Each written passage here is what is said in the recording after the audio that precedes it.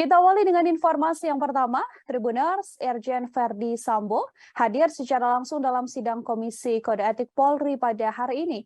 Mantan Kadif Propam Polri tersebut menjalani sidang etik atas pelanggaran yang telah dilakukannya dalam kasus kematian Brigadir Nofrian Syah Yosua Huta Barat alias Brigadir J yang merupakan ajudannya.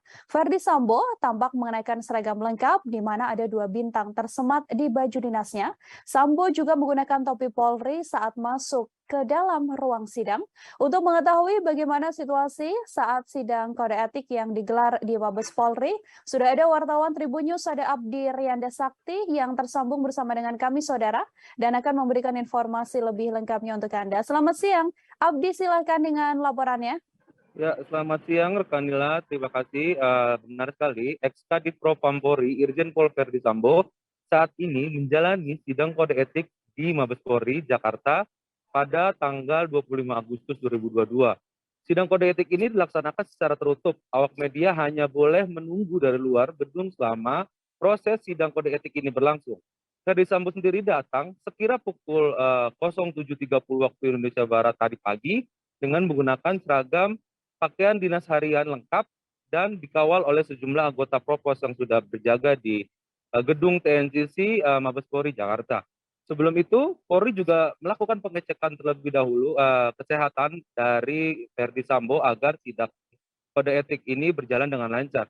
Sidang tersebut dipimpin oleh Kabid Intelkam Polri, Komjen Pol Ahmad Doviri, dengan anggotanya yakni Irwasum Polri, Komjen Pol Agung Budi Marioto, Kadif Propam Polri Irjen Pol Syahardiantono, Gubernur PTIK Irjen Yazid Fanani, Analis Kebijakan Utama Sabara Baharekap Polri Komjen Heri Rudolf Nahak. Dalam hal ini ada 15 saksi yang dihadirkan oleh pihak kepolisian untuk sidang kode etik dari Irjen Pol Verdi Sambo. Dari total itu ada nama Baradae dan Brib KRR yang juga menjadi tersangka dalam hal ini dijadikan sebagai saksi sidang kode etik dari Irjen Verdi Sambo. Kadif Humas Polri Irjen Pol Dedi Prasetyo menyebut sesuai dengan arahan Kapolri Jenderal Polisi Listio Sigit Prabowo, hasil sidang kode etik Verdi Sambo juga akan ditentukan hari ini juga. Selain itu terkait dengan surat pengunduran diri yang diajukan oleh Verdi Sambo beberapa waktu lalu itu tidak akan mempengaruhi sidang kode etik ini. Hingga kini, hingga saya melaporkan di Mabes Polri ini, sidang kode etik masih terus berjalan dengan penjagaan super ketat dari anggota Brimopolri. Untuk informasi teman-teman Tribuners sekalian, Irjen Verdi Sambo ini merupakan otak pembunuhan dari Brigadir Nofrian Syah Yosua Huta Barat alias Brigadir J. Dia memerintahkan ajudan lain yakni Barada Richard Eliezer Pudihang Lumiu atau Baradae untuk menembak Brigadir J hingga tewas. Namun hingga kini Polri juga masih belum mau membeberkan motif terkait pembunuhan itu. Selain Sambo, polisi juga sudah menetapkan 4 tersangka lainnya yakni istrinya Verdi Sambo, Putri Chandrawati, Baradae, Bribka Riki Rizal atau Bribka RR, dan Kuat Ma'ruf alias Kuat yang merupakan asisten rumah tangga atau sekaligus sebagai supir dari Putri. Putri terlibat pembunuhan berencana karena berada di rumah tempat kejadian perkara atau TKP di Duren 3, Jakarta Selatan. Dia berada di lantai 3 saat Bribka Riki dan Baradae ditanya kesanggupan untuk menembak almarhum Brigadir J.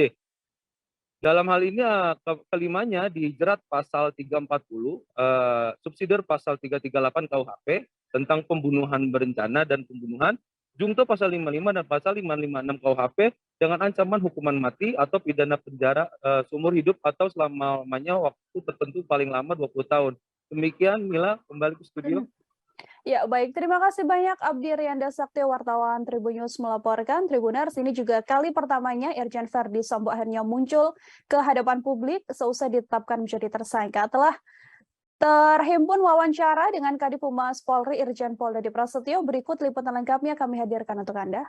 Izin penegasan bahwa keputusan sidang etik terhadap Irjen itu akan ditentukan hari ini juga, Pak? Ya, akan ditentukan hari ini juga.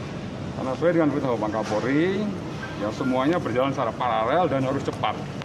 Ya, proses penyidikan dilakukan oleh tim sidik, tim sus dalam hal ini terkait menyangkut masalah pembuktian kasus 340, subsidiar 338, junto 5556 yang saat ini sudah tahap 1 itu harus segera diproses. Kemudian untuk tim sidik Tim sus juga besok memintain keterangan Ibu PC dalam kapasitas sebagai tersangka. Itu juga perintah Bapak Kapolri harus cepat berkasnya untuk segera dilimpahkan ke JPU. Kemudian satu lagi tim sidik dari Direktorat Cyber Barreskrim itu menangani kasus atau pidana obstruction of justice. Itu juga harus dipercepat prosesnya. Seperti itu. Jadi Barres Sambo tadi masuk ke gedung jam berapa ya? 7.30. Ya, 7.30 bersama para saksi tadi sudah masuk dengan iya.